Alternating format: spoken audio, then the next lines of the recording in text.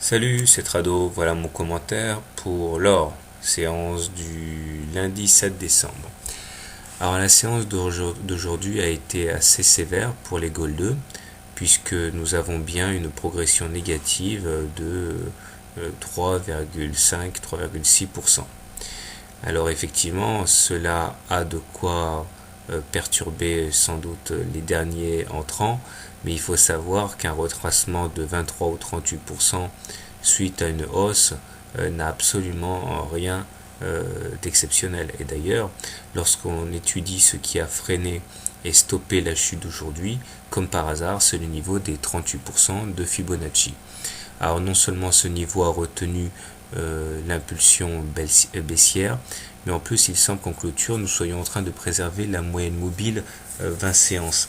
C'est intéressant parce que au regard des trading systems les plus simples, le fait que l'on soit au-dessus d'une moyenne mobile 20 séances haussière suffit à justifier que nous soyons en tendance haussière. Donc. Par ailleurs, j'ai retravaillé un petit peu le graphe. J'ai supprimé le canal jaune qui a été débordé et je lui substitue un canal orange qui pourrait peut-être être sollicité par le bas prochainement. En tout cas, ce sera un objectif intéressant pour ceux qui veulent faire un trade baissier. Au niveau des indicateurs techniques, alors là forcément on en prend un coup puisque le stochastique croissant signal et sort de sa zone de surachat, c'est pas bon. Le momentum plonge vers les zéros, c'est pas bon. Et le MACD croissant signal à la baisse, c'est vraiment pas bon.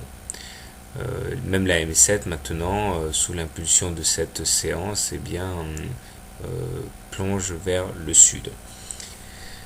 Alors, comment trader l'or lundi?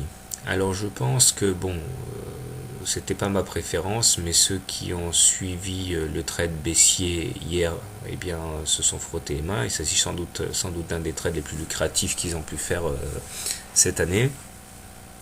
Il demeure que si vous voulez trader encore l'or à la baisse, il me semble que le plus intéressant à faire, c'est de shorter au plus près de la M7 et de mettre pour objectif le bas du canal orange. On n'omettra pas de mettre un stop loss en cas de clôture au-dessus de la M7.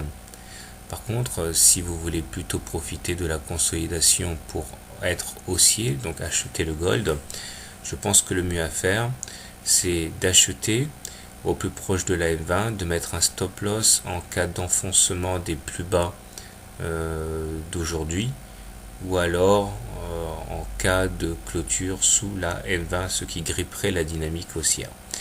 Voilà, personnellement, je vais essayer de trouver un point d'entrée au plus proche du bas du canal orange, ça pourrait être intéressant.